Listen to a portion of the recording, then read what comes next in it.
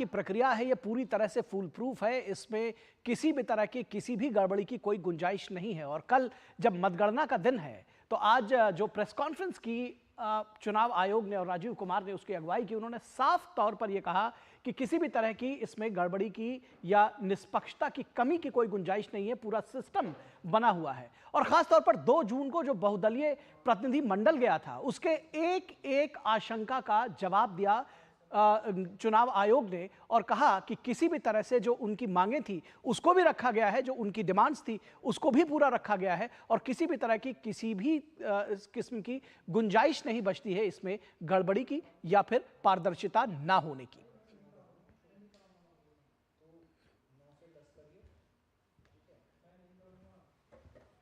का बाजार गर्म है, पंच को पहले ही घेर लो यानी पेशबंदी। जो एम्पायर है उसको पकड़ लो पहले से, पेशबंदी कर लो जिससे वो बोल ही ना पाए।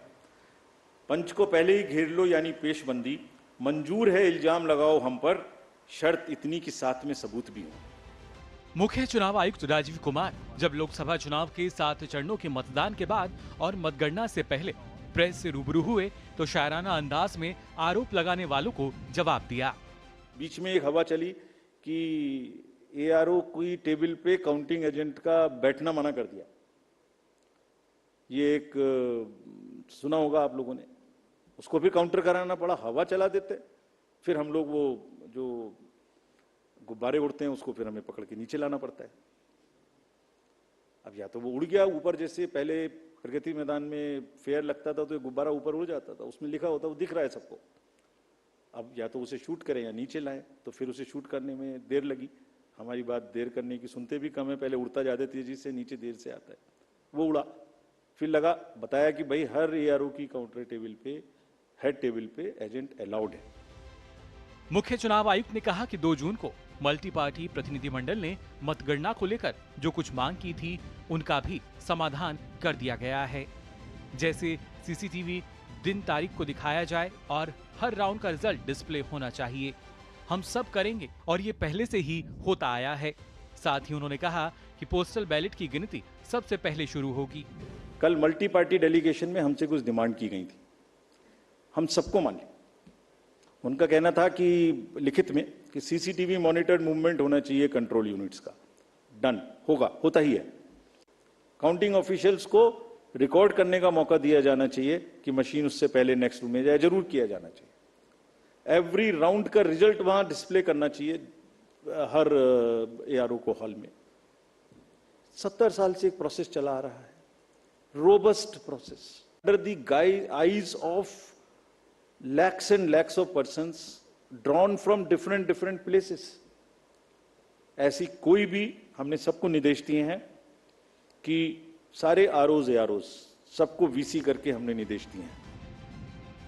रविवार को इंडी गठबंधन में शामिल विभिन्न दलों के एक प्रतिनिधिमंडल ने चुनाव आयोग से मुलाकात की थी, जिसमें उन्होंने मतगणना की प्रक्रिया से जुड़े जो मुद्दे उठाए थे उनमें ईवीएम की कंट्रोल यूनिट को सीसीटीवी की निगरानी वाले गैलरी से ले जाया जाए और कंट्रोल यूनिट के मौजूदा डेट एंड टाइम को वेरीफाई किया जाए।